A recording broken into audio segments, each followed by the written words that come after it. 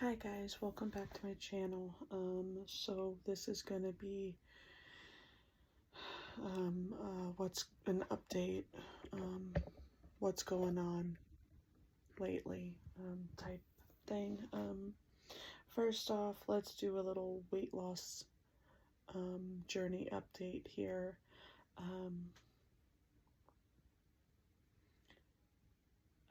I am still at 282, or not 282, I'm still at 283, the last time I checked. I am trying to either maintain where I'm at, or I am trying my damnedest to lose weight. But it's going to be a struggle because I've got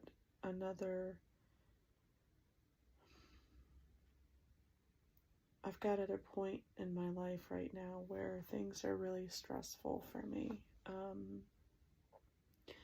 As you guys know, my uncle passed away on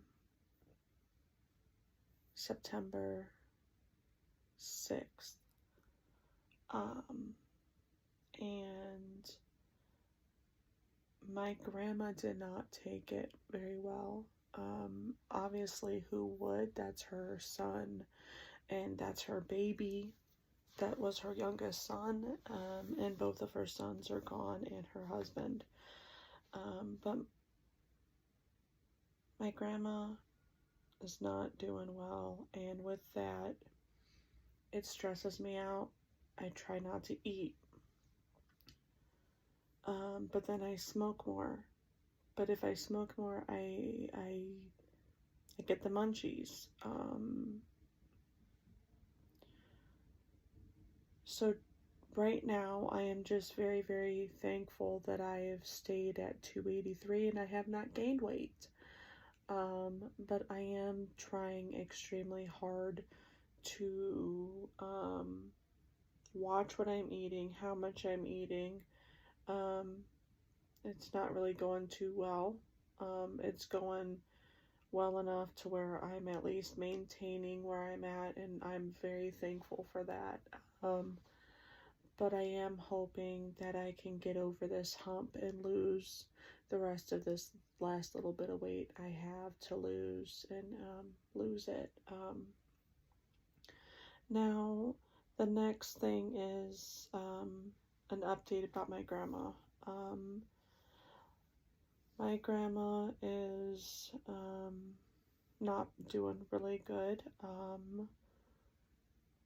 My grandma has, over the last 5 years, put herself on a liquid diet, and she drank those Ensures all the time. She would drink up to 6 or 8 of them a day, and now she's down to drinking 2 of them a day. And on top of that, she does not eat food. She drinks cranberry juice, and she has ginger ale and some water throughout the day. That's all she has. She is very malnourished. She is very weak. Her skin color is starting to look really bad. And on top of that, her dog Bandit, which he's been in the family since I was 15 and I'm 31. So he's a very old dog. But he has been alive to go through the loss of my grandfather, to go through the loss of my dad, and now to go through the loss of my uncle. And he's not doing good either, you guys. He's not eating very much. He sleeps all the time. He's very weak as well. At this point, you guys, it's gonna be probably within the next 3 weeks that my grandma and her dog will pass away. And then I will inherit, then I'll end up inheriting her property and everything she owns. And then with that, after that happens, I will go into extreme detail of what my uncle was like, what my grandma was like towards the end, and how bad the situation was. After my grandma passes away, I will be bringing you guys in there for a lot of videos, so be prepared for a lot of videos.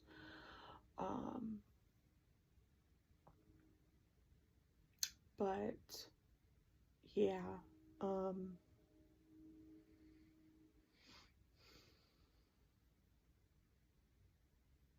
so we got the weight loss update, did grandma update, and oh yay, my favorite. Over the at the end of September, I started taking longer walks for my weight loss journey. You guys, I've gotten up to where I've walked almost 6 miles a day. I was doing really good.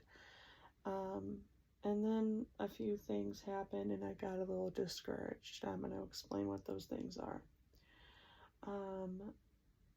When I would go on my longer walks, there's this place, I'm not going to say the name of it, but there's this place near the square of my local square of where I live. They have a nonprofit organization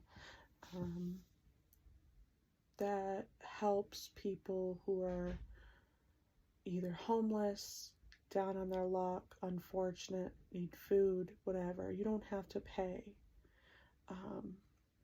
There's Wi-Fi. They help with showers, washing clothes, and food, and all kinds of things. But I used to go there when I was pregnant with my daughter.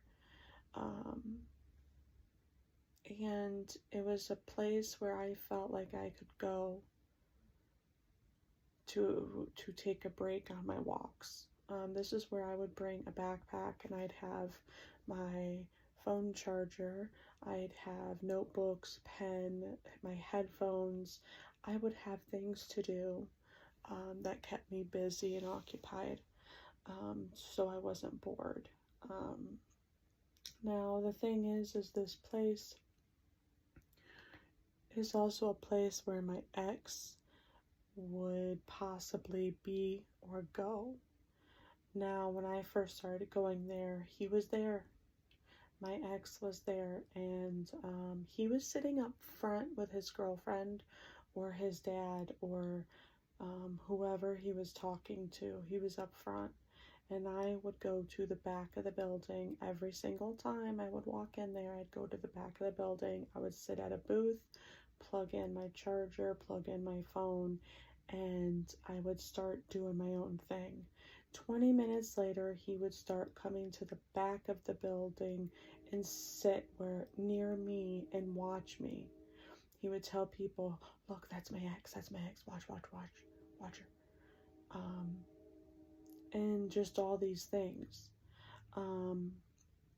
Now, I had gone up there every single day, Monday through Saturday, because they're not open on Sundays.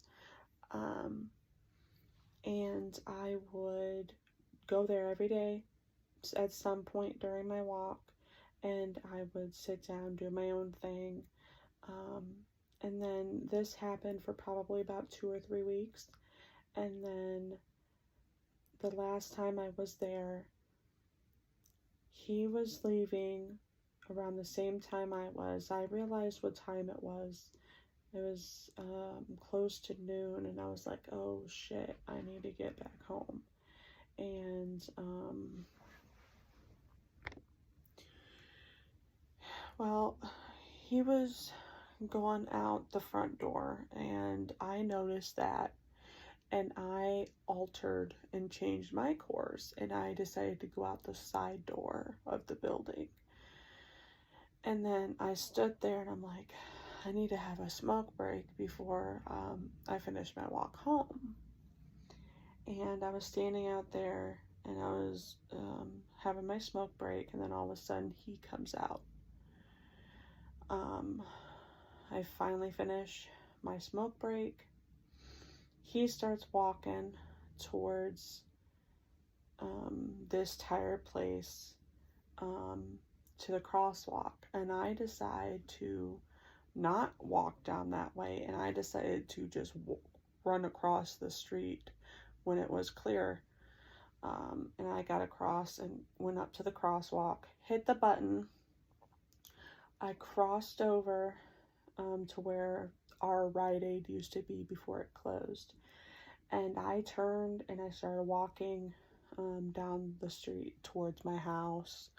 And I kept getting that, you know how you feel like someone's watching you?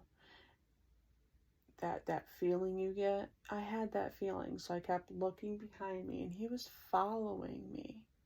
He was on the other side of the street, walking down in the same direction I was going. And then I got to this point where it was a house. It was like a stop sign, and I had to cross over. Well, I crossed over, but the second I crossed over, there was this house with a dumpster, and I had to be careful to go around it. But I turned before I kept going, and he was crossing, and he was right behind me. And then I kept looking, and then before I knew it, I looked back. I had walked just past this dumpster, and I looked back, and he was gone, and it freaked me out. That day, I filed a police report about it. That next day, I did not go into this this building that I went to the day before. I didn't go to it. But the next day after that, he walked past my house, going like this and looking at my house. That day, I went to the police station and filed another report. I had 2 officers tell me that it would be in my best interest to get a protection order against him.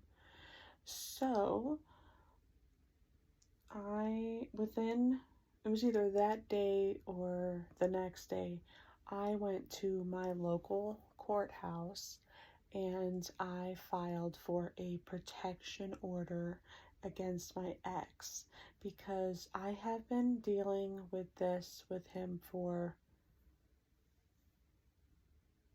3 or 4 years, and I haven't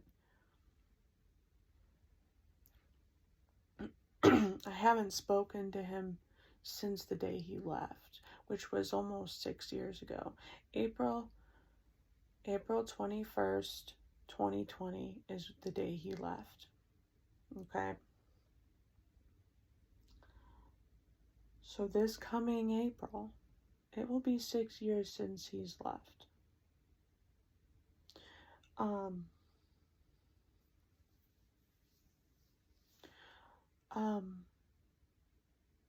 So I had my first court hearing on the 17th, so last Friday.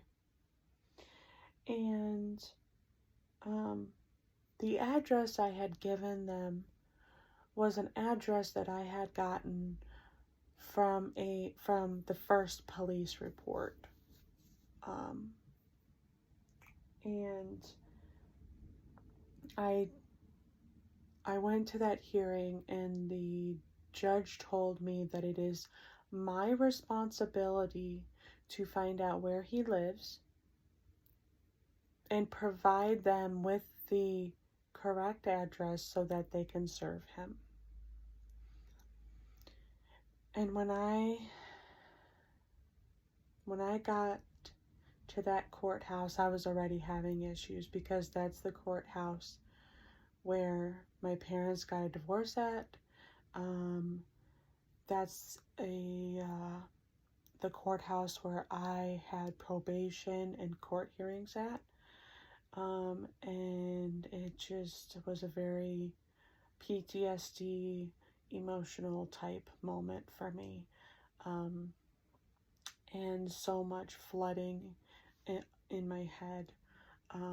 But when I went to that courthouse, I had my mom and Ash with me. So I had my mom and my fiance with me. Now, when I got out of that court hearing, I walked out and I didn't say anything. My mom and my fiance kept saying, she is pissed. Whatever happened, she is pissed. And I was really pissed. Because this is somebody that I don't want contact with. This is somebody I don't want to talk to or communicate with or anything. But I don't think anybody expected me to do what happened next. Now, where my courthouse is, it's literally 2 streets away from this building, this nonprofit organization that helps people who need help, where my ex goes every day. I went there. My mom was in the back seat of the car. My fiance was sitting right next to me. I pull into this parking lot. I park the car. My fiance looks at me and goes, "Are you fucking serious right now? Are you serious?" I said, "Yes, I'm fucking serious. I'm tired of this shit. I'm gonna go ask him where he fucking lives." I get out of the fucking car. I walk right up to him. And I say, "Hey, can I talk to you?" He looks at me, goes, Why would you need to talk to me?" I said, "Because I need to know where you live." He goes, "Why the fuck do you need to know where I live?" I said, "Because I'm trying to take you to court, and I need to know where you live to do so." And then he just started ranting and raving, called me a "see you next Tuesday," telling me that I'm falsifying evidence, which he used the wrong term. That's not what he meant to say. He meant to say that I was defamation of character. Can't defamation of character to anyone if you are stating the truth. But it went as I expected. He didn't tell me where he lived. He was not a very pleasant person about it.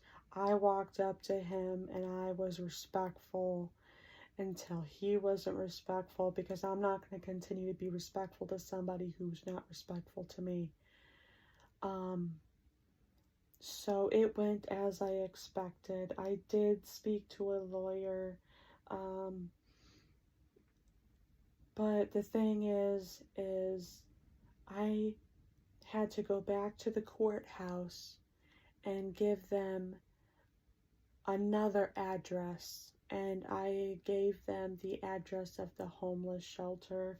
And now I have,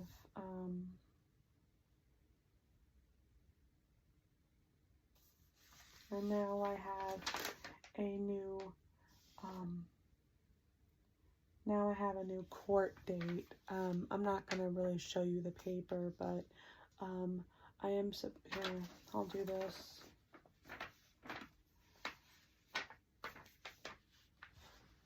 Okay, so I have to go back to court November 5th at 1:30.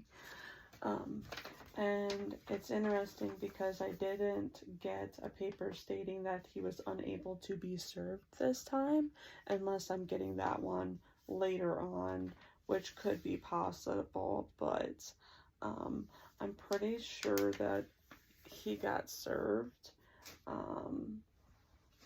So now I've got to go back to court for that as well. So yeah, you guys, dealing with my ex is very nerve-wracking for me, because of all the hell he put me and my kid through, for 4 years, my daughter for 3. It's unacceptable, and not okay. And